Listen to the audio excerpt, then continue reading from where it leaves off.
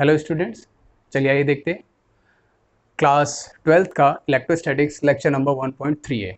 इससे पहले हम लोगों ने लेक्चर नंबर 1.3 कंप्लीट किया था, जिसमें कि हम लोगों ने कूलम्स लॉ, उसका वेक्टर फॉर्म, इलेक्ट्रिकल परमिटिविटी और प्रिंसिपल ऑफ सुपरपोजिशंस बहुत ही अच्छे से फुल डिटेल में पढ़ा था। अब उसके बाद उन पे बेस्ड कुछ क्वालिटेटिव एनालिसिस और क्वेश्चन आंसर करेंगे। क्वालिटेटिव एनालिसिस भी इस क्वेश्चन में से हम लोग फाइंड कर लेंगे। देखना कैसे कैसे सारी चीज़ें आती हैं, ठीक है। देखिए ज़रा फर्स्ट, अच्छा एक चीज़ और, हम लोगों ने क्या लास्ट क्लास में एक होमवर्क दिया था आपको। जो हमने आपको होमवर्क दिया था वो क्या था, find the dimensional formula of epsilon not, है ना। के का हम लोगों ने फाइंड किया था। तो चलिए उस क्वेश्चन को हम लोग दोबारा सॉल्व कर लेते हैं। क्वेश्चन देखिए क्या था, फाइंड द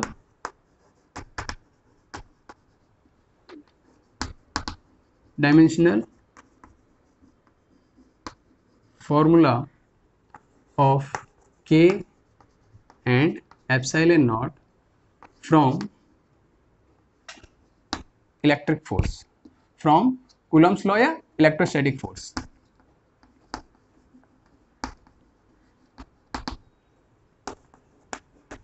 ठीक है, तो मुझको क्या फाइंड करना है भैया, मुझे फाइंड करना है K का और एप्सिलॉन नॉट का डायमेंशनल फॉर्मूला फाइंड करना है from the equation of electrostatics. तो सॉल्यूशन में देखिए कैसे होगा। इलेक्ट्रोस्टैटिक्स का इक्वेशन लिख लीजिए। ये डायमेंशनल इक्वेशन निकालना बहुत ही इंपॉर्टेंट है बेटा, क्योंकि बहुत से कंपटीशन लेवल्स में बहुत बार पूछता है और एक ही को कई बार पे पूछ देता है। तो आपको एक तरह से ये चीज़ें याद भी हो जाना चाहिए और इसका निकालने का तरीका आपको पता होना चाहिए, ठीक है। तो के क्या है, के का हमको फाइंड करना है। तो हमारे पास इलेक्ट्रोस्टैटिक्स इक्वेशन क्या है, force is equal to K Q into Q upon R का स्क्वायर। जिसका डायमेंशनल फॉर्मूला आपको निकालना है उसको एक तरफ ले लीजिए और बाकी सबको दूसरी तरफ ले जाइए।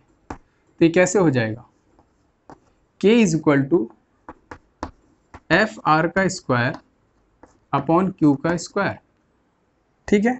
अब यहाँ पर आप देखिए फोर्स का क्या होता है, M L T minus two, R आपका लेंथ है तो एल की पावर 2 अपॉन, क्या हमने क्यू को निकालने का एक तरीका बताया था कि क्यू, क्योंकि Q एक फंडामेंटल क्वांटिटी नहीं है तो Q किसी दूसरे फॉर्मूले से डिराइव्ड होकर के तब निकलता है। फंडामेंटल क्वांटिटी में Q को नहीं रखा गया था, किसको रखा गया था, I को रखा गया था। तो हम लोग पढ़ते हैं Q is equal to I T, क्या पढ़ते हैं, Q is equal to I T. इनका फंडामेंटल क्वांटिटी हम जानते हैं, किसका, करंट का A और टाइम का T। यानी आप इसको ले जा करके Q की जगह पे पुट कर दीजिए, तो नीचे क्या हो जाएगा, A T into A T.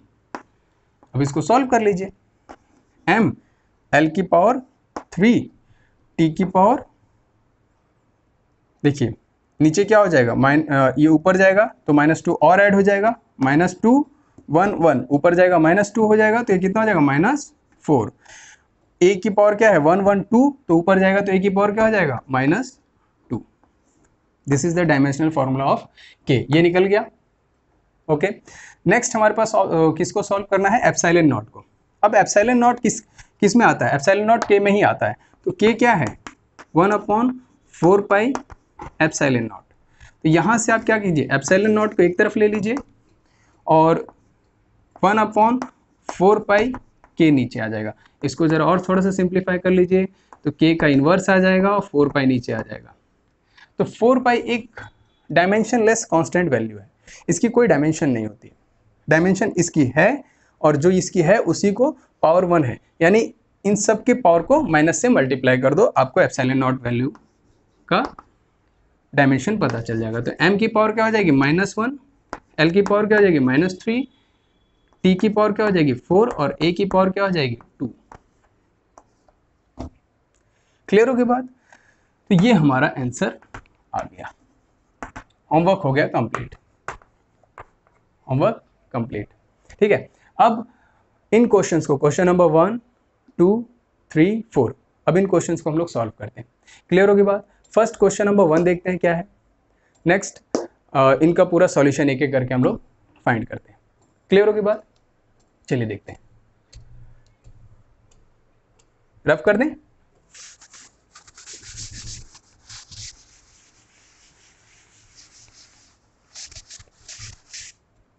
क्या हम लोगों ने पिछले लेक्चर में कभी बताया था, बात किया था इस पे कि क्वेश्चंस को सॉल्व करने के कुछ तरीके होते हैं? बिल्कुल होते हैं। मैंने आपको 7 स्टेप्स बताए थे क्वेश्चंस को सॉल्व करने का। क्वेश्चंस को सॉल्व करने का 7 स्टेप्स थे। अगर वो 7 स्टेप्स आपको याद हैं तो इन क्वेश्चंस को बहुत ही आसानी से आप सॉल्व कर सकते हैं। देखिए हम लोग, याद है कि नहीं भैया? याद कर लीजिए, बहुत आगे काम आने वाला है वो। ठीक है, चलिए स्पीड थोड़ा सा बढ़ाते हैं। तो क्वेश्चन नंबर 1 का सॉल्यूशन देखिए। First read this question. मैंने कुछ इंपॉर्टेंट वर्ड्स इसमें टिक कर रखे हैं। क्या है? Two charge particle having charge this each are joined by insulating string of length 1 metre and then find the tension in the string. कैसा स्ट्रिंग है? इंसुलेटिंग स्ट्रिंग है। कितना चार्ज है? इतना चार्ज है। कितने दूरी पे है? इतने दूरी पे है। क्या फाइंड करना है? टेंशन फाइंड करना है। बड़े प्यार से हमने क्वेश्चन को पढ़ा विथ लवली, और इसने अपने बारे में सब कुछ बता दिया। अब आसान हो गया मेरे लिए।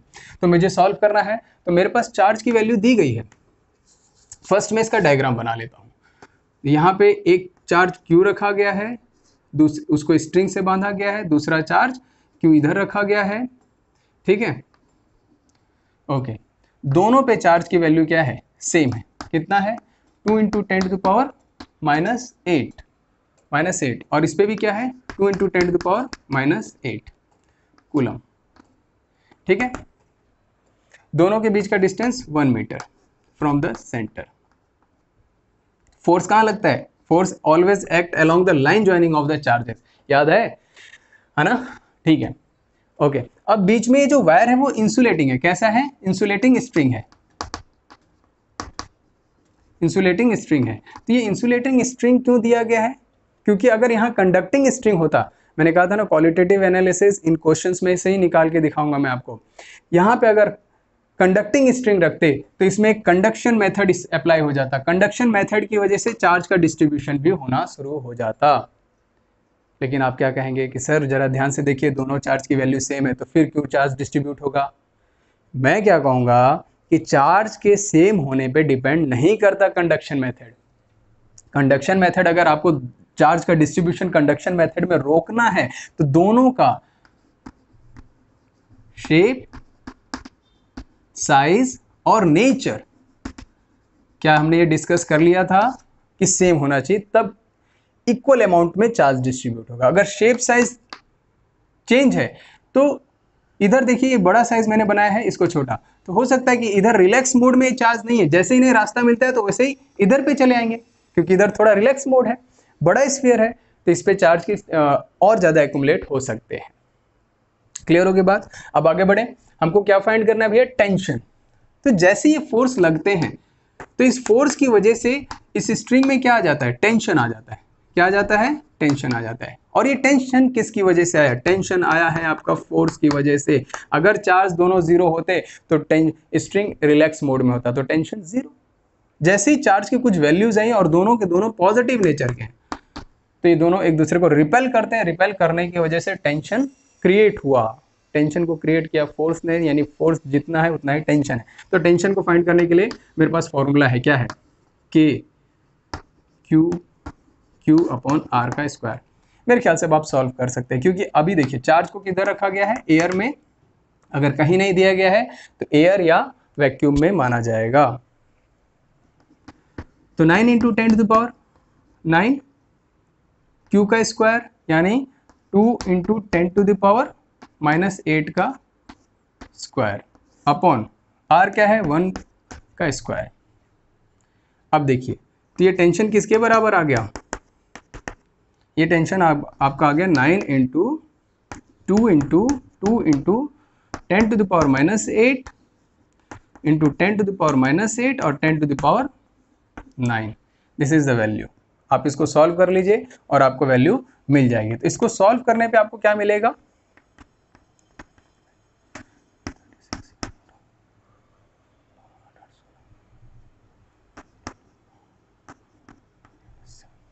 इतना न्यूटन। और इसको थोड़ा सा और चेंज कर लीजिए, 3.6 इंटू 10⁻⁻⁶ न्यूटन। ये रहा आपका आंसर। फर्स्ट क्वेश्चन देख लिया,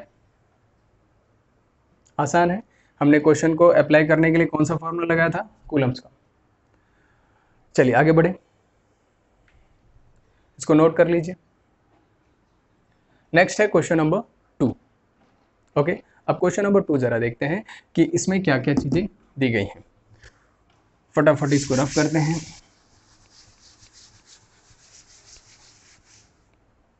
क्वेश्चन नंबर 2 क्या है? The force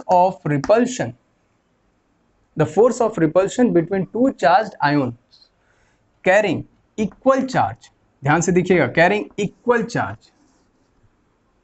the force of repulsion, यहीं से नीचे जंप कर जाइएगा, इज इतना न्यूटन।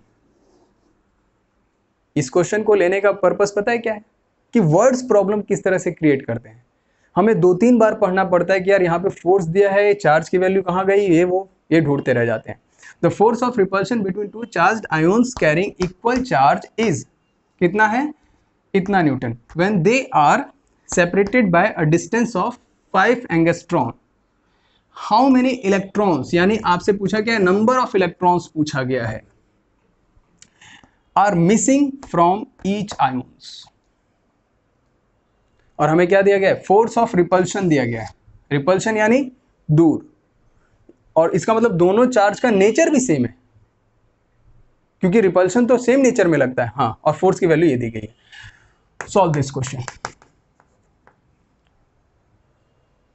फोर्स की वैल्यू कितनी दी गई है?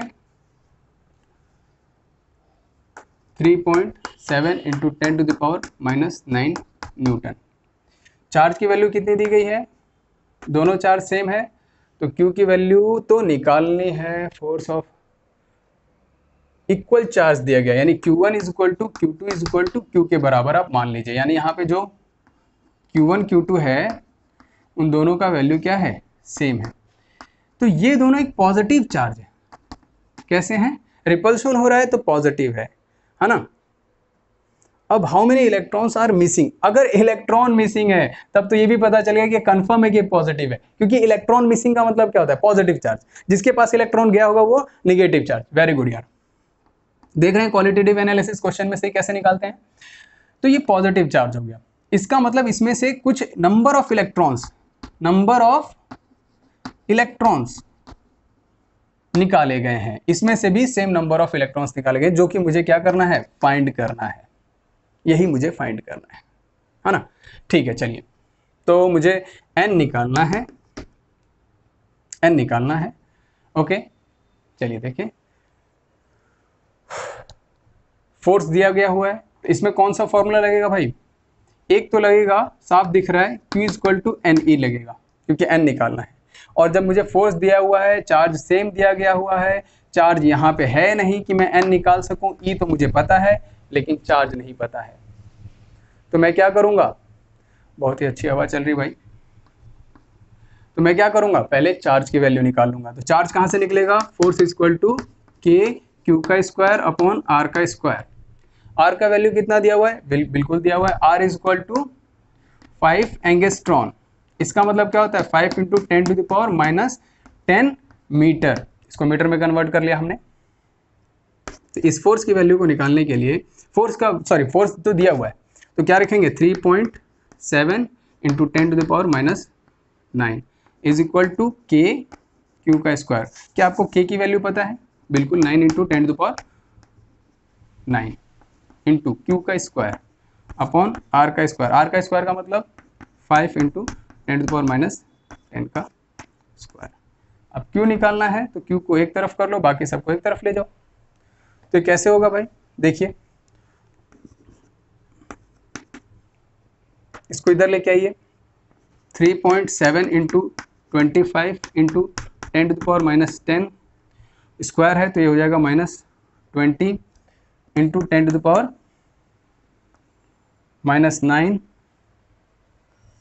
इधर कितना दिया हुआ है? -9 ही दिया हुआ है, बिल्कुल। और ये हो गया, अपॉन में ये वैल्यू नीचे आ जाएगी, यहाँ थी, तो ये वैल्यू कहाँ जाएगी, नीचे आ जाएगी, 9 इंटू 10⁹9। ठीक है, अब इसको सॉल्व करेंगे तो क्या हो जाएगा, 3.7 इंटू 25 डिवाइडेड बाय 9। इसको सॉल्व कीजिएगा भैया, इंटू 10⁻⁻20 -9, फिर ऊपर जाएगा ये भी -9, तो -20 इंटू 10⁻⁻998। ठीक है, तो कितना हो जाएगा, 38 हो जाएगा। और ये कितना हो जाएगा, इसको सॉल्व करेंगे आप लोग तो ये वैल्यू आ जाएगी आपकी 10.2। कैलकुलेट कीजिएगा, ये वैल्यू आएगी 10.2 इंटू 10⁻⁻38। अब यहाँ से Q की वैल्यू क्या आएगी, तो ये किस में हो जाएगा, ये सब का सब आपका रूट में आ जाएगा। किस में आ जाएगा, रूट में आ जाएगा। और इस रूट को सॉल्व करेंगे तो आप देखिए यहाँ पे ये आ जाएगा आपका 3 3 जा 9, यानी 3.2 समथिंग आएगा। 3.2 इंटू 10⁻38 तो इसका हाफ हो जाएगा, कितना हो जाएगा हाफ, -19। क्लियर, बिल्कुल सॉल्व। अब मैं यहां से Q देख रहा हूं कि Q क्या है। अगर आप नोटिस करें तो Q इक्वल टू 3.2 इंटू 10⁻⁻19 है। इसमें से 3.2 जो है, अगर मैं 3.2 is a factor multiplication of 2 times of 1.2 है ना, तो या तो यहाँ पे चार्ज हमको मिल गया ना, तो आप चार्ज की वैल्यू को यहाँ पे पुट कीजिए और यहाँ से आप n क्या कर लीजिए, कैलकुलेट कर लीजिए, निकल जाएगा।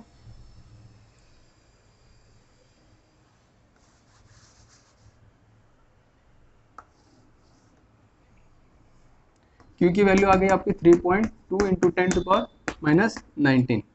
ठीक है, अब देखिए जरा, यहाँ से Q की वैल्यू आ गई तो आप 3.2 इंटू 10⁻⁻19 पुट किया, आपको निकालना है n इंटू E। अब E की वैल्यू यहाँ पे लेके आएंगे तो डिवाइडेड बाय 1.6 इंटू 10⁻⁻19, तो 10⁻⁻19 कट जाएगा, तो n की वैल्यू कितनी आ गई आपके 2, यानी n इक्वल टू कितना आ गया भाई, missing from each ions number of how many electrons, n is equal to 2 आ गया। देखा आप लोगों ने, वेरी सिंपल, बहुत ही आसान तरीके से हम लोग इसको सॉल्व कर लिए। आपको 7 स्टेप्स बिल्कुल नहीं छोड़ने, अगर आप उसको फॉलो करेंगे आपके सारे क्वेश्चन सॉल्व होंगे। क्लियर, चलिए आगे देखें, इसको रफ कर दें बेटा, नोट कर लीजिएगा।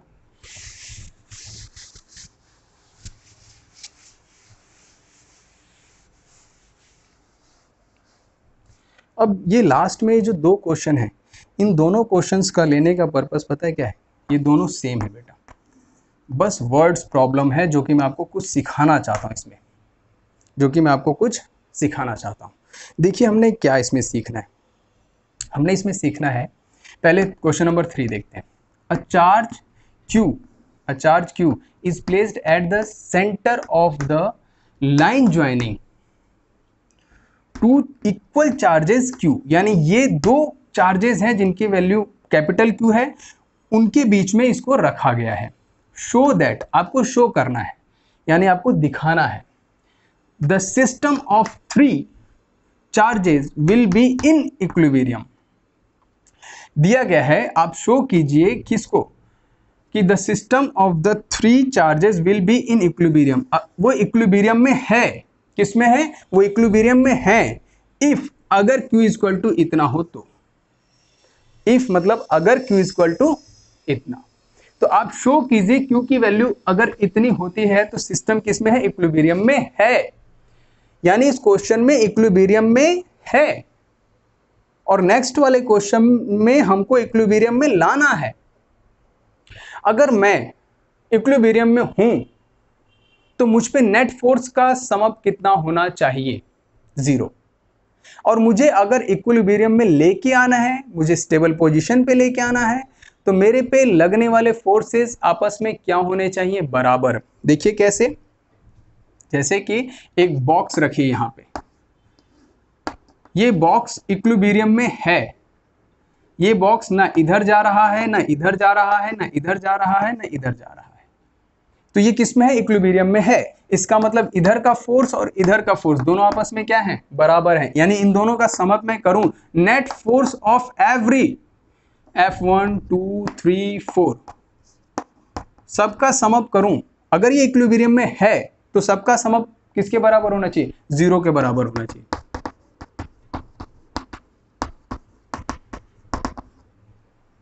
ठीक, और मुझे इसको इक्विलिब्रियम में लाना है, मुझे इसको इक्विलिब्रियम में लाना है, तो मुझे इस F1 को किसके बराबर दिखाना पड़ेगा? F2 के बराबर दिखाना पड़ेगा।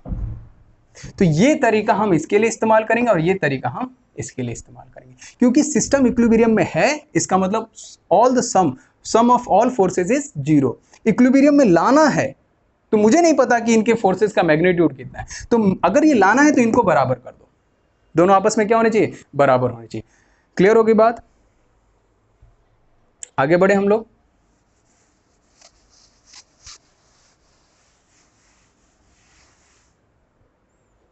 चलिए देखिए क्वेश्चन सॉल्व करते हैं। सॉल्यूशन नंबर 3, यानी यहां पर और यहां पर ये Q है, ये Q है।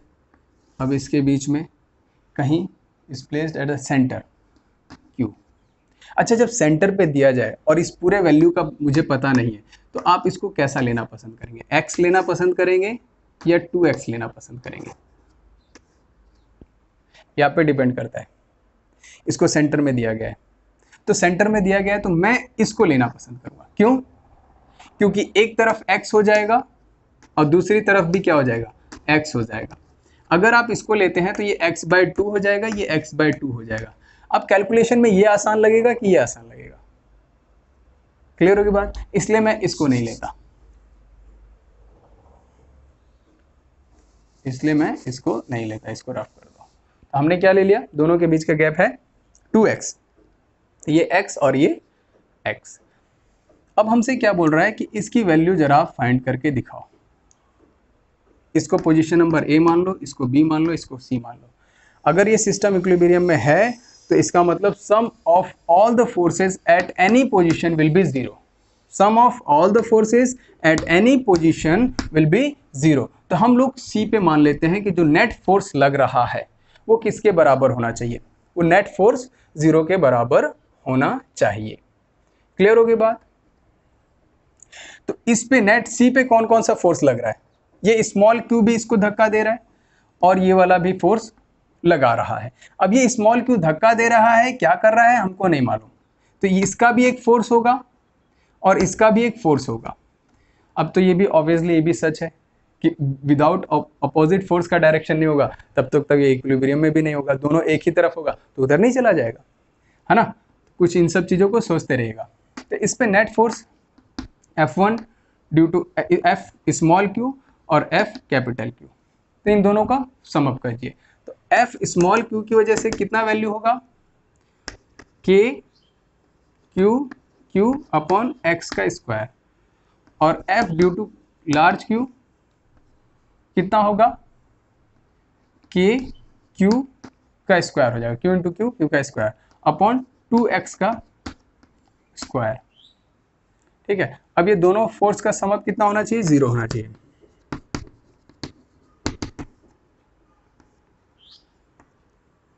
तो K Q अपॉन x का स्क्वायर प्लस K Q का स्क्वायर अपॉन 2x का स्क्वायर इज इक्वल टू 0। ठीक है, इसको उधर ले जाओ, तो K Q अपॉन x का स्क्वायर। अच्छा देखिए जरा, उससे पहले ही जरा देखिए, इक्वेशन और आसान हो जाएगा आपका। यहाँ Q और K, इसमें से एक K और इसमें से एक Q कॉमन ले लीजिए, तो Q अपॉन x का स्क्वायर हो जाएगा plus Q upon x 2x का स्क्वायर हो जाएगा इज इक्वल टू 0। ये वैल्यू किधर आ जाएगी? इधर आकर के 0 हो जाएगी। ये वैल्यू इधर जाके 0 हो जाएगी, तो आपका ये क्यू अपॉन एक्स का square is equal to minus of Q upon 4x का स्क्वायर हो जाएगा। तो x के स्क्वायर से x का स्क्वायर कट जाएगा, क्या small q equal to minus Q by 4 आ गया? ये वैल्यू आ गई कि नहीं आ गई? यहां मैं लिख रहा हूं small q is equal to minus Q by 4, hence proved. हमने इसको शो कर दिया, यानी हमने इसको दिखा दिया ऐसे करके। क्लियर होगी बात? अब आगे बढ़े।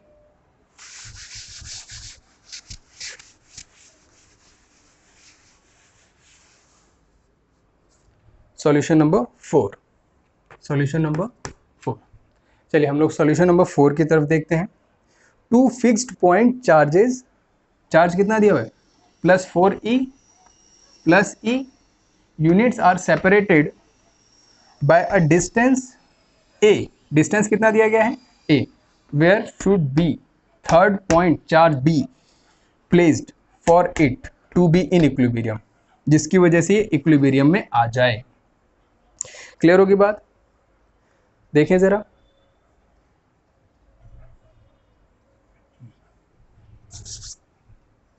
तो two fix point charges this okay, इतने यूनिट्स का रखा गया है। तो यहाँ पर प्लस 4e और एक plus e are separated by a distance a। Distance कितना दिया हुआ है? a दिया हुआ है। फिर उसके बाद हमसे क्या पूछ रहा है? Where should be third point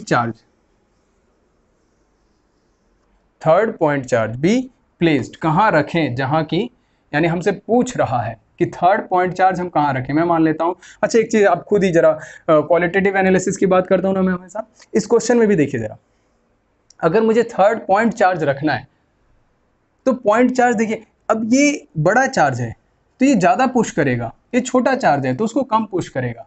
तो वो कहाँ जाकर के स्टेबल होगा? यहाँ बिल्कुल सेंटर में नहीं, ये धीरे धीरे इधर पुश करेगा। इसकी पावर जैसे जैसे आगे बढ़ेगा तो इसकी पावर वहाँ पे घटते जाएगी और इसका स्ट्रॉन्ग होता जाएगा। तो कहीं एक ऐसा पोजीशन इधर आएगा जहाँ पे हम स्मॉल क्यू को पुट करेंगे और वो वहाँ पे क्या होगा? स्टेबल होगा, इक्विलिब्रियम में होगा। तो इसको हम मान लेते हैं कि x from the this side, ये यहाँ से x पे ले जाके हमने इसको रखा, तो ये क्या हो जाएगा? a माइनस एक्स हो जाएगा। तो अब इस पे नेट फोर्स देखिए, प्लस की वजह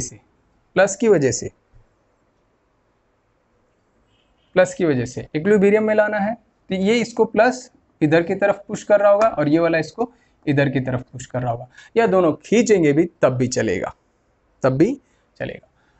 तो ये Q का वैल्यू देखो कितना, इसको मान लीजिए F due to A B और ये C पॉइंट पे FA, और इसको मान लीजिए FB।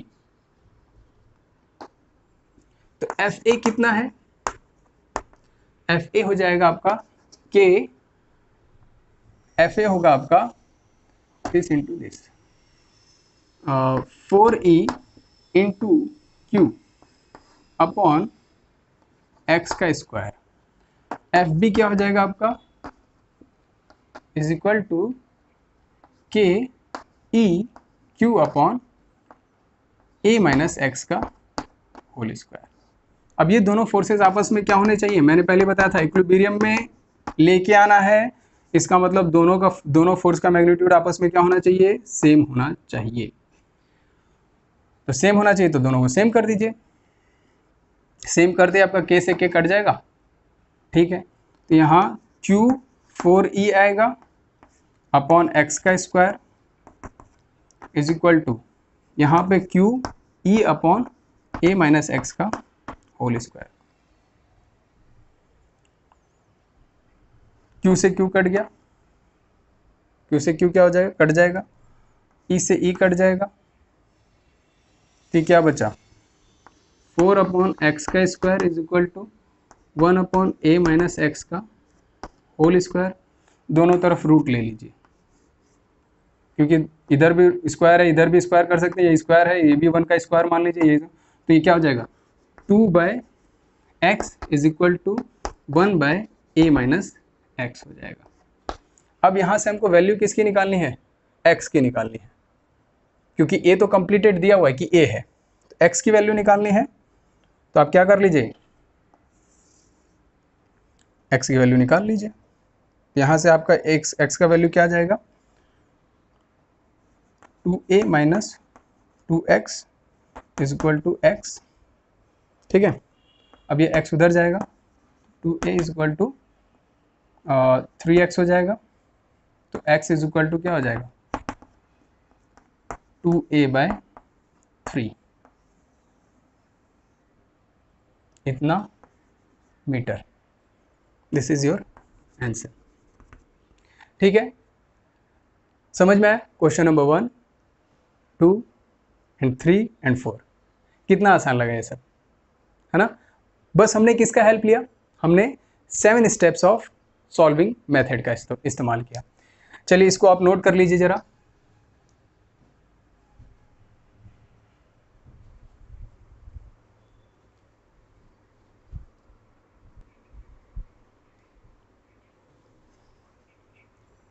चलिए देखिए हमारे पास कुछ और नए क्वेश्चन आ गए, ठीक है। क्वेश्चन नंबर 1, 2, 3 और 4 हम लोग जाते जाते एक बेहतरीन और बहुत ही अच्छा क्वेश्चन करेंगे, और इन क्वेश्चन से अब प्रिंसिपल ऑफ सुपरपोजिशन हम लोग का क्लियर हो जाएगा। प्रिंसिपल ऑफ सुपरपोजिशन क्या होता है ये सारी चीज़ें पता चल जाएंगी। और चलिए देखते हैं क्वेश्चन नंबर 1 हम लोग ज़रा फाइंड करते हैं कि क्वेश्चन नंबर 1 क्या है। फर्स्ट क्वेश्चन नंबर 1 चलिए देखिए फर्स्ट क्वेश्चन में आपको क्या क्या गिवन है वो देखिए। पॉइंट ए पे, बी पे और पी पे, ए पे 2 माइक्रोकूलम चार्ज दिया गया है, बी पे भी उतना ही है और पी पे 3 माइक्रोकूलम Q0 है। और हमसे इस क्वेश्चन में पूछा क्या है, magnitude and direction of F dash. Find the magnitude, find magnitude and direction of F dash. F dash का मैग्नीट्यूड और डायरेक्शन हमें फाइंड करना है, ठीक है। तो डायरेक्शन तो दिख ही रहा है डायग्राम में, वो हम बाद में भी डिस्कस अभी कर लेंगे क्योंकि वो बिल्कुल सिमेट्री ही आएगा। देखिए देखने से भी लग रहा है क्योंकि क्वेश्चन में हमें ये गिवन है, अगर हम इसको O मान लें तो ये डिस्टेंस 3 मीटर, ये 3 मीटर और यहाँ से यहाँ OP इक्वल टू 4 मीटर। तो पाइथागोरस थ्योरम अगर हम लगाएंगे ना तो ये कितना आ जाएगा 5 मीटर। ये गिवन नहीं था, हम लोग कैलकुलेट कर लिए। पाइथागोरस थ्योरम जानते हैं ना, BP is equal to under root BO का स्क्वायर प्लस OP का स्क्वायर, है ना। तो ये आ गया आपका 5 मीटर, ओके। तो मुझसे पूछ रहा है ये value, it is the resultant value. अब मुझसे ये बोल रहा है कि पॉइंट P पे जो Q0 है उस पे आप नेट फोर्स फाइंड कीजिए। तो क्या ये सेंटेंस सुना हुआ लग रहा है कि प्रिंसिपल ऑफ सुपरपोजिशन में क्या कहता था, यही कहता था ना कि एक ही पॉइंट पे नेट फाइंड करना ड्यू टू मल्टीपल्स, इफ वह इफेक्ट, इफ अगर वह इफेक्ट वेक्टर हुआ तो वेक्टर एडिशन, स्केलर हुआ तो स्केलर एडिशन। ये बात समझ में आई। तो यहां पर फोर्सेस इस पे एक्ट कर रहे हैं, इस सिंगल पॉइंट पे मल्टीपल 2 पॉइंट्स की वजह से फोर्स एक्ट कर रहा है, और फोर्स एक वेक्टर क्वांटिटी। तो यहां पे एफ नेट या एफ डैश कैसे फाइंड होगा, वो हमारा by principle of superposition find होगा। यानी प्रिंसिपल ऑफ सुपरपोजिशन क्या कहता है भाई, क्वेश्चन नंबर 3 का अब इसमें देखिए क्वेश्चन नंबर 1 का, अगेन देखिए क्वेश्चन नंबर 1 का सॉल्यूशन कि F dash is equal to, F dash is equal to F due to A और B plus F due to B, ऐसा होता है according to principle of superposition. ये formula था हमारा। लेकिन ये एडिशन कैसे, वेक्टर एडिशन होना चाहिए। कैसा होना चाहिए, वेक्टर एडिशन होना चाहिए। तो आइए देखिए, पहले हम एफ ए और एफ बी फाइंड करेंगे। अकॉर्डिंग टू कूलम्स लॉ ये चार्ज इस पे इधर फोर्स लगा रहा है, ये चार्ज इस पे इधर फोर्स लगा रहा है, लाइन ज्वाइनिंग पे है, हमको इस पे फाइंड करना है, इसलिए हम इसकी वजह से इस पे लगने वाले फोर्स का जिक्र नहीं कर रहे हैं, क्योंकि हमको इस पे नेट फाइंड करना है। तो नेट इस पे फाइंड करना है तो सिर्फ हम इसी का डायग्राम बनाएंगे, और हमने डायग्राम यहाँ पे बना लिया। अब यहाँ पे एफ नेट फाइंड करना है, तो एफ डैश ये है, तो मैं पहले क्या करूँगा, एफ ए फाइंड करूँगा। अब ये नहीं कि आप एज इट इज यहाँ पे उठा कर ये देखने में आपको स्केलर लग रहा है, यहाँ पे आपको करना क्या है, वेक्टर एडिशन करना है। तो वेक्टर एडिशन का फॉर्मूला जानते हैं, अकॉर्डिंग टू पॉलीगन्स लॉ और लॉ ऑफ पैरेललोग्राम या ट्रायंगल लॉ, आप लोग जानते होंगे कि F net is equal to under root, ऐसे लिखिए, f1 का स्क्वायर प्लस f2 का square plus 2 f1 f2 cos theta. This is the working formula for principle of superposition if addition is vector। अगर स्केलर होगा तो simple इसी तरह से ऐड कर देंगे। तो मुझे यहाँ पे f1 f2 क्या है, fa है और fb है। ये चीज़ बिल्कुल ध्यान देना कि किसी एक पॉइंट पे अकॉर्डिंग टू वेक्टर एडिशन आप दो ही फोर्स को कैलकुलेट कर सकते हैं। तो उस पॉइंट पे दो ही फोर्स, आप दो फोर्स के पेयर में करते जाएंगे कैलकुलेट, और उसको मर्ज करेंगे एक एक फोर्स में।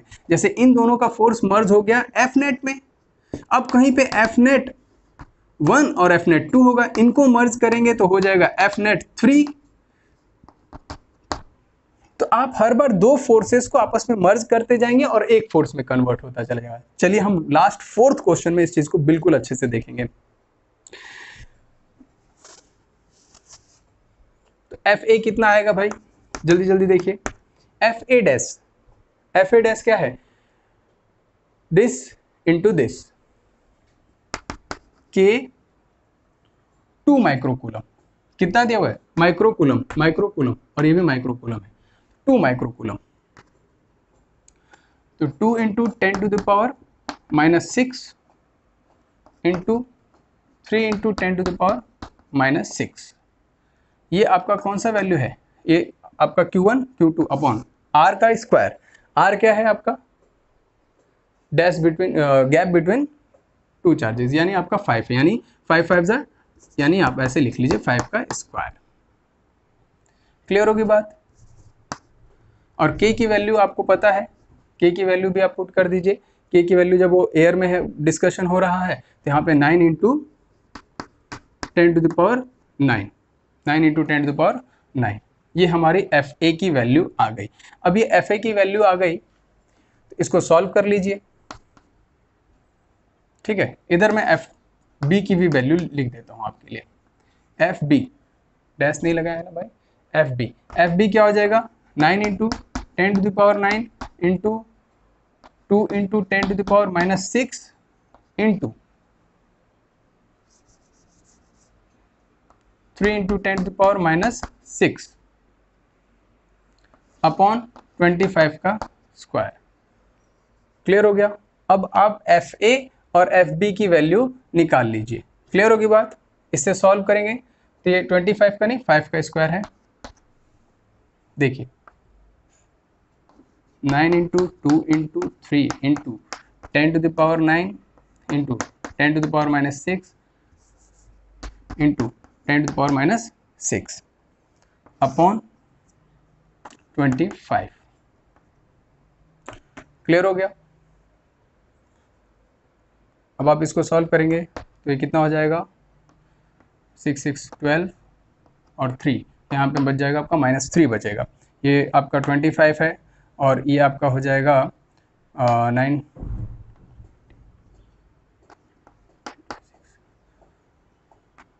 54 डिवाइडेड बाय 24। क्लियर हो गया। और इंटू 10 टू द पावर -3। सही है कैलकुलेशन। FA आ गया। अब आपका FB देखिए, 9 into 2 into 3 divided by 25 into 10 to the power, क्या ये दोनों वैल्यू सेम आ रही हैं? तो मैं क्यों बार बार इसको सॉल्व करूं, सिर्फ एक को सॉल्व कर लीजिए, सिर्फ एक को सॉल्व करेंगे, आपको दोनों वैल्यूज मेरे ख्याल से सेम ही हैं, क्योंकि यहाँ पे जो चार्ज है वही चार्ज यहाँ पे है और दोनों के इंटरेक्शन का फोर्स, यानी आपका दोनों वैल्यू सेम है। F A is equal to F B आप यहाँ पे लिख सकते हैं, F A is equal to F B आपका यहाँ पे सेम है। तो एफ ए सॉल्व कर लीजिए, आप एफ ए को सॉल्व करेंगे तो आपको क्या मिलेगा, 2.16 इंटू 10⁻³ ठीक है, ये वैल्यू आपकी आ गई दोनों फोर्सेस की। ओके, 2.16 इंटू 10⁻³ क्लियर हो गया। नेक्स्ट एफ ए आ गया और आपका एफ बी भी वही है। अब जरा ध्यान से देखिए, रिजल्टेंट में आप एफ ए यहां पे पुट करेंगे, एफ बी यहां पे पुट करेंगे, एफ ए एफ बी, लेकिन क्या आपके पास थीटा है? इस क्वेश्चन में थीटा आपको गिवन है? नहीं गिवन है। तो आप लेट कर लीजिए, ये थीटा होगा तो ये भी क्या होगा, थीटा होगा, ये थीटा होगा तो ये भी क्या होगा, थीटा होगा। क्यों? क्योंकि देखिए ये राइट एंगल ट्रायंगल, ये कॉमन साइड है, ये सेम उतना ही लेंथ है जितना इधर है, और ये गैप भी दोनों का सेम है, तो ये जितना एंगल ये होगा बाइसेक्टर होगा, ये लाइन क्या होगी, बाइसेक्ट करेगी इस पूरे एंगल को। तो ये पूरा थीटा थीटा हमने मान लिया, यानी 2 थीटा, तो इसके अपोजिट भी 2 थीटा होगा, तो ये भी थीटा ये भी थीटा। तो इस पर्टिकुलर इस पॉइंट पे अगर मैं बात करूं तो हम क्या ले सकते हैं, एफ ए का प्रोजेक्शन यहाँ पे ले लीजिए और एफ बी का भी प्रोजेक्शन यहाँ पे ले लीजिए, तो दोनों सेम डायरेक्शन में आ जाएंगे।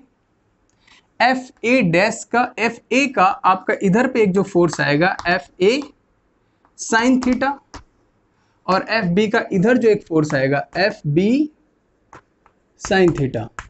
जब इनके सेम मैग्नीट्यूड्स हैं तो कॉस थीटा साइन थीटा के साथ भी सेम ही होंगे, तो ये आपस में इस डायरेक्शन में वाई एक्सिस पे कोई फोर्स एक्ट नहीं करेगा इस पे। अब इसके पास जो फोर्स रहेगा वो इस डायरेक्शन में रहेगा, यानी एफ डैश हमारा किसके बराबर हो गया, मैं ऊपर थोड़ा सा रफ कर दे रहा हूं, एफ डैश हमारा ऊपर लिखा हुआ है इस तरीके से, एफ डैश हो जाएगा हमारा F A cos theta plus F B cos theta के बराबर। एफ ए और एफ बी दोनों सेम है, तो मैं लिख सकता हूं 2 times of F A cos theta. अब मेरे पास कॉस थीटा तो है नहीं, तो मैं पुट क्या करूं, यहाँ पे 2 इंटू फोर्स की वैल्यू कितनी आई थी, 2.16 इंटू 10⁻³ इतनी वैल्यू आई थी। क्लियर होगी बात। अब मेरे पास कॉस थीटा तो है नहीं, कॉस थीटा कहाँ से आएगा, कॉस थीटा क्या होता है भाई, अगर मैं यहां से ये वाला थीटा निकाल लूं तो वही थीटा ये भी होगा, ये वाला निकाल लूं तो वो थीटा ये वाला होगा। तो ये थीटा की वैल्यू कितनी है,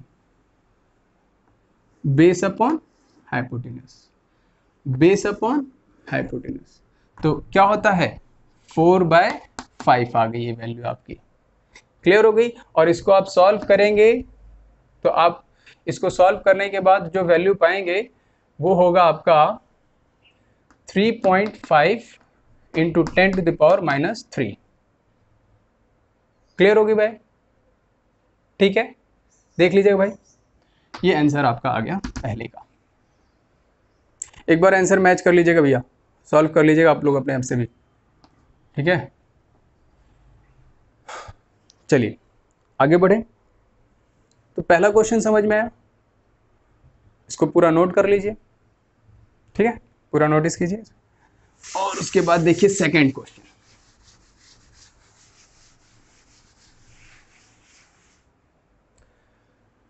सेकंड क्वेश्चन क्या कहता है, यह है हमारा सेकंड क्वेश्चन। मैं यहां से फर्स्ट क्वेश्चन भी रफ कर देना चाह रहा हूं क्योंकि वो मुझे डिस्टर्ब कर रहा है सेकंड क्वेश्चन को देखने के लिए। ये फर्स्ट क्वेश्चन आपका हो गया रफ, और कुछ जगह भी मिल गया हम लोग को।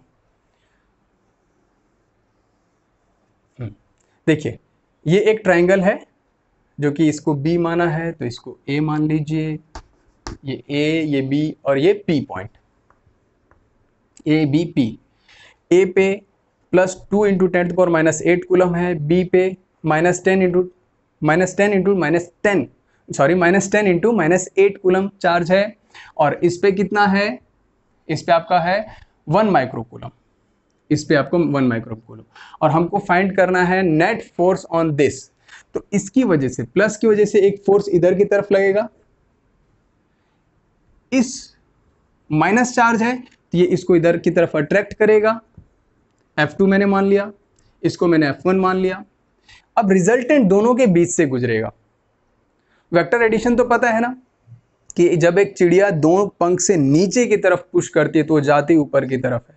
तो रिजल्टेंट वेक्टर का ऐसा मत करना कि जिधर फोर्स लगा रहे हैं उधर ही जाएगा, लेकिन डायरेक्शन देखिएगा कि फोर्स का डायरेक्शन अपोजिट की तरफ जा रहा है, तो इसीलिए चिड़िया ऊपर की तरफ जाती है।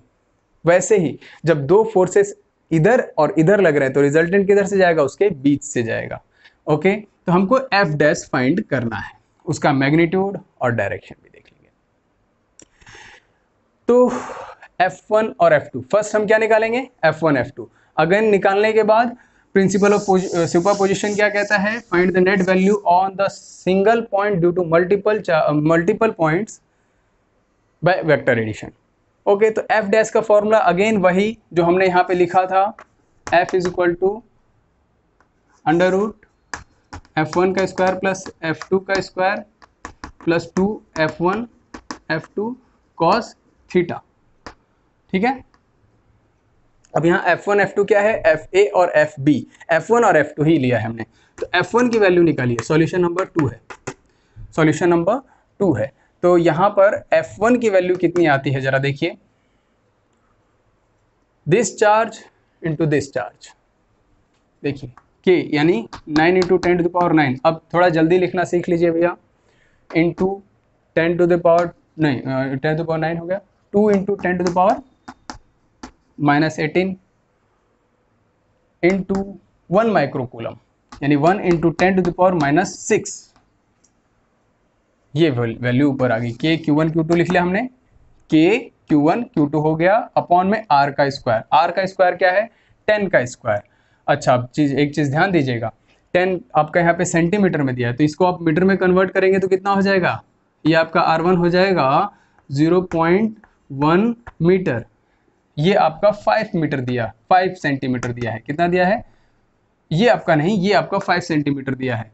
तो ये 5 सेंटीमीटर आप R2 मान लीजिए, आप इसको मीटर में कन्वर्ट करेंगे तो 0.05 मीटर हो जाएगा। क्लियर, 0.05 मीटर हो जाएगा। तो यहाँ पे आपका हो जाएगा 0.1 मीटर का होल स्क्वायर। इसको आप सॉल्व कीजिए, 9 इंटू 2 इंटू, देखिए सॉल्व करने का तरीका, पहले मैं सारी चीज़ों को एक तरफ ले लेता हूँ, पावर्स वाली चीज़ों को एक तरफ कर देता हूँ, इससे मुझे कैलकुलेशन करने में थोड़ा सा हेल्प मिल जाता है, आसान हो जाता है। क्लियर होगी बात, एक बार क्रॉस चेक कर लीजिएगा। और नीचे है 0.1 इंटू 0.1, ये वैल्यू है आपकी नीचे की। तो F1 की वैल्यू कितनी आएगी, सॉल्व कीजिए भैया, ज़रा देखिए इसको।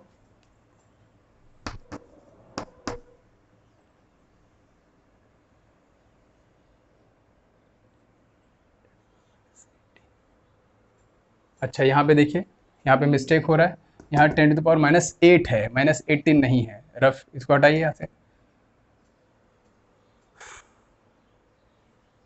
कितना आएगा वैल्यू यहाँ पे, 10 टू द पावर -3। क्लियर है, ओके। चलिए देखिए, ये हो गई आपकी F1 की वैल्यू।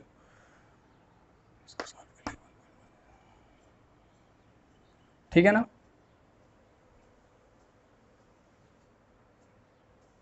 चलिए F2 देखिए, F2 की वैल्यू सेम वही, कूलम्स लॉ लगाना है आपको, क्या लगाना है, कूलम्स लॉ। F2 की वैल्यू क्या लगाना है, कूलम्स लॉ। कूलम्स लॉ में K Q1 Q2 upon R का स्क्वायर, यही वर्किंग फॉर्मूला है। तो K की वैल्यू क्या है, 9 into 10 to the power 9 into Q1 क्या है भैया, Q1 आपका दिया हुआ है -10, तो यहाँ पे हम सिर्फ मैग्नीट्यूड लेते हैं, क्या लेते हैं, मैग्नीट्यूड लेते हैं, चार्ज का क्या लेते हैं भाई, -10 इंटू -8 की power into 1 into 10 to power -6 micro coulomb divided by 0.05 का स्क्वायर। है ना, ये वैल्यू हो गई। तो अब यहाँ से F2 निकालिए। F2 अगर आप सॉल्व करते हैं तो जैसे मैंने ऊपर सॉल्व किया है, 9 को अलग लिखिए, फिर ये आप देखिए 9 into 10 to the power 9 into 10 to the power -8 into 10 to the power -6। ओहो, जैसी ऊपर वैल्यू हो वैसी ही नीचे भी है, लेकिन कुछ कम है, ऊपर 2 ज़्यादा है और नीचे कितना है 0.05 का इंटू 0.05 का। सॉल्व कीजिए इसको और F2 की वैल्यू आपकी आएगी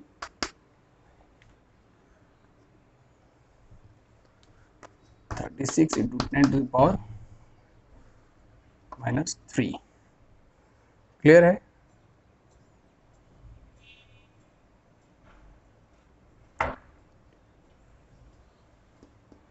ऊपर चला जाएगा। हाँ, इसकी वैल्यू इतनी है, ठीक है। F2 इसको सॉल्व करेंगे आप, जब आप इसको सॉल्व करेंगे तो वैल्यू ऊपर आएगी और मल्टीप्लिकेशन में आएगा। क्लियर होगी बात? देखिए अब आगे F1 और F2 मिल गया आपको, ये इतना न्यूटन, ये इतना न्यूटन। ओके, अब क्वेश्चन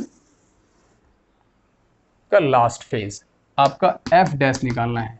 तो अंडर रूट क्या हो जाएगा, F1 का स्क्वायर प्लस F2 का square plus 2F1 F2, same यही फॉर्मूला लिखना है।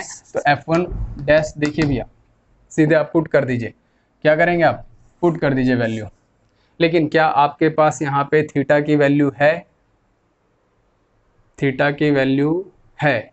दोनों के बीच का एंगल कितना होगा, कि अगर ये ऐसे है तो दोनों के बीच का एंगल होगा 90 डिग्री। कितना होगा, 90 डिग्री। तो cos 90 क्या होता है, ये वैल्यू हो जाएगी cos 90, तो 0। cos 90 क्या हो जाएगा आपका, 0 हो जाएगा। cos 90 क्या हो जाएगा, 0। ठीक है, F1 की वैल्यू ये है और F2 की वैल्यू ये है। दोनों वैल्यूज को जरा पुट कर लीजिए। देखिए भैया कहाँ चले गए, yes, 18 into 10 to the power -3 का whole square plus 36 into 10 to the power -3 का होल स्क्वायर। अगर आप इसमें देखें तो 18 टू टाइम्स है, 18 टू ज़ा है, 18 टू ज़ा है, तो आप दोनों में से कॉमन निकालिए, कितना है 18 इंटू 10 टू द पावर -3, यहाँ रह गया 1 प्लस इसमें क्या बच जाएगा 2, इसका स्क्वायर, इसका स्क्वायर, ये आपने इससे निकाल लिया और ये इधर का इसका स्क्वायर होगा। तो ये वैल्यू क्या हो गई, बाहर आ जाएगी। तो 18 इंटू 10 टू द पावर -3 ही रहेगी, इतना ही रहेगा।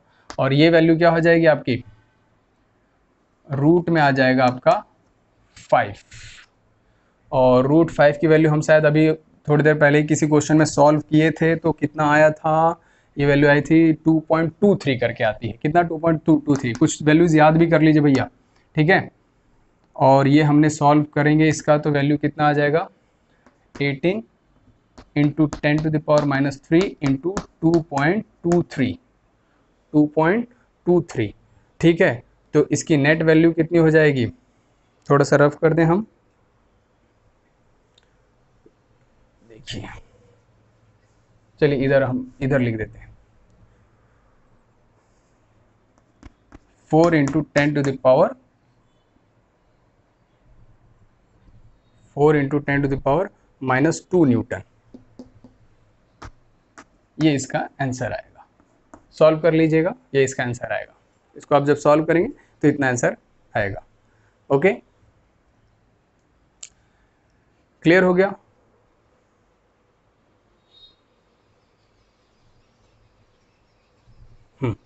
चलिए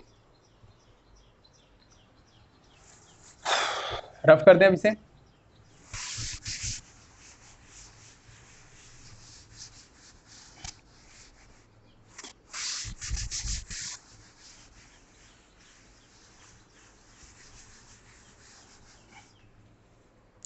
इस क्वेश्चन को हम लोग बहुत ही ट्रिकी के साथ सॉल्व कर लेंगे, बड़े अच्छे ट्रिक के साथ हम लोग इसको निकाल ले जाएंगे। कैसे, देखिए, ये एक इक्विलैटरल ट्रायंगल है एल एल, यानी हर एक एंगल इसका क्या होगा 60 60 60 60 डिग्री 60 डिग्री 60 डिग्री, ठीक है। और ये पॉइंट आपका सेंट्रॉइड है, इस पे है सेंट्रॉइड पे। अगर ये सेंट्रॉइड पे है, अगर ये पॉइंट सेंट्रॉइड पे है, अगर ये पॉइंट सेंट्रॉइड पे है तो आपको हम बता दें, आपको पता होना चाहिए, ये प्लस क्यों है, कि ये वाला जो वैल्यू है ए से इसको हम मान लीजिए P, और यहाँ से जब आप इसको जोड़ेंगे इसको मान लीजिए Q, और जब आप यहाँ से इसको जोड़ेंगे PQR, तो जो AP की वैल्यू है वो हमको पता नहीं, तो ये वैल्यू भी हमको पता नहीं, तो हम कैसे फाइंड करेंगे कि इस चार्ज की वजह से इस O पॉइंट के Q पे कितना फोर्स लग रहा होगा। ये पता है कि ये प्लस है, ये भी प्लस है, तो फोर्स डाउनवर्ड डायरेक्शन, ये प्लस है, ये भी प्लस है, तो फोर्स इधर की तरफ, ये प्लस है, ये भी प्लस है, तो फोर्स इधर की तरफ। मैं इसको थोड़ा डिफरेंट कलर से शो कर देता हूँ।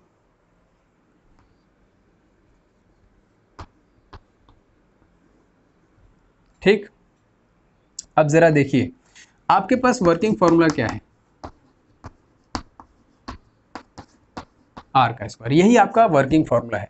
यहाँ पे आपका आर क्या है, आर आपका है ए ओ, इसको हमने क्या माना था, ये है हमारा ओ, तो ए ओ है, और यहाँ के लिए क्या है बी ओ है, यहाँ के लिए क्या है सी ओ है। तो जब आप इसको मान लीजिए F1, इसको मान लीजिए F2, इसको मान लीजिए F3, अगर मैं डायरेक्ट कहूँ तो net force on this system on this charge is 0। मैं कह सकता हूँ, कैसे कह सकता हूँ कि ये इक्विलेटरल ट्रायंगल है, ये सेंट्रॉइड है, तो ये एंगल कितना हुआ आपका 30 डिग्री, ये कितना हुआ 30 डिग्री, ये आपका 90 है, ये आपका 90 है। तो अगर आप इसको कैलकुलेट करेंगे तो ये एंगल आपका 60 आएगा, कितना आएगा 60, तो ये भी एंगल उसी तरह से 60 आएगा। यानी दो फोर्सेस के बीच का एंगल 120, ये भी 120, ये भी 120। यानी मैं इस डायग्राम को ऐसे बनाना चाहता हूं,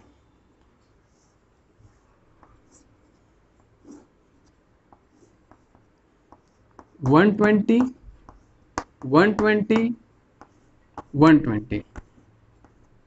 आपको वेक्टर में लामीज थ्योरम याद है, लामीज थ्योरम क्या कहता है कि अगर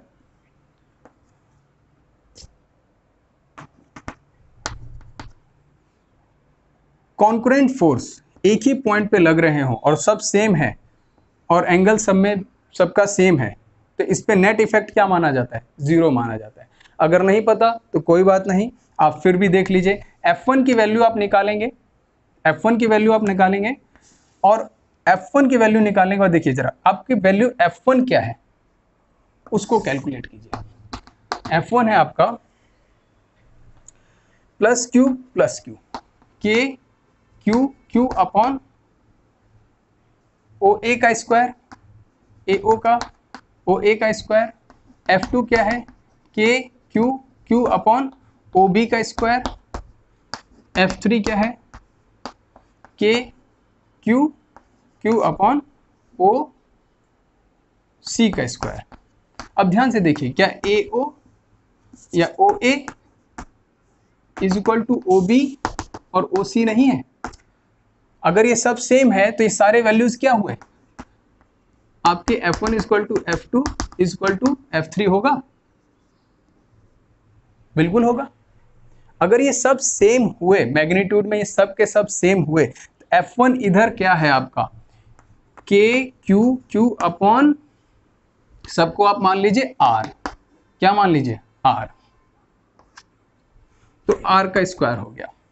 F2 भी उतना ही है, F3 भी इतना है। जब आप इसका रिजल्टेंट लेंगे तो इधर आएगा, ये मान लीजिए आपका F नेट है, तो इस F नेट को फाइंड करना है, तो ये F नेट क्या हो जाएगा आपका, F net is equal to under root F2 का स्क्वायर प्लस F3 का square plus 2F1 F2 cos 120। कितनी वैल्यू आई भाई, कॉस 120। क्लियर?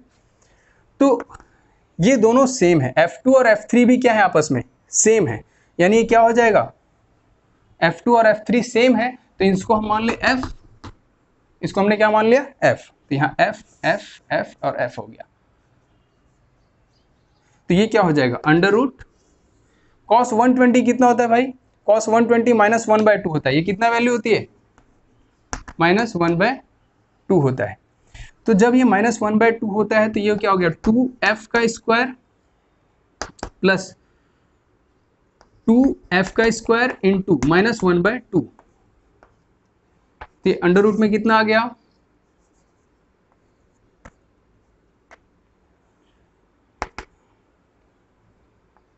ये हो जाएगा f, यानी f² होगा सिर्फ। आप इसको सॉल्व कीजिए, 2 से 2 कट गया, f², 2f², और इसमें से एक ये माइनस सामने आ जाएगा, ये इसमें से माइनस हो जाएगा, तो f², यानी f नेट आपका क्या है? f के बराबर आ गया।